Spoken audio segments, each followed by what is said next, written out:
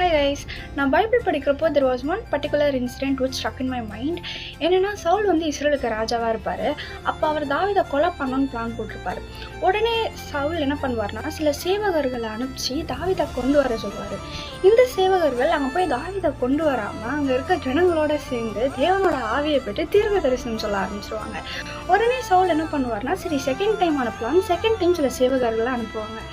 அவங்களும் அங்கே போயிட்டு தேவனோட ஆவியை பற்றி தீர்க்க தரிசனம் சொல்ல ஆரம்பிச்சிடுவாங்க.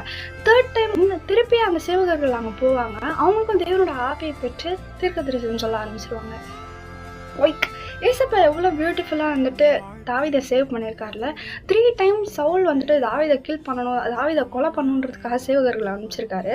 ஆனால் அந்த 3 வாட்டியுமே வந்து ஏசப்பா எவ்வளோ அழகாக தாவீதை ப்ரொடெக்ட் பண்ணியிருக்காரு பாருங்களேன். 4th டைம் சவுல் அவரே போயிட்டு தாவீதை தேடுறதுக்காக போவார். ஆனால் அவர் அந்த இடத்த ரீச் பண்ணுறதுக்குள்ளே அவருக்கே தேவனோட ஆவியை கடிச்சு தீர்க்க தரிசனம் சொல்ல ஆரம்பிச்சிடுவார்.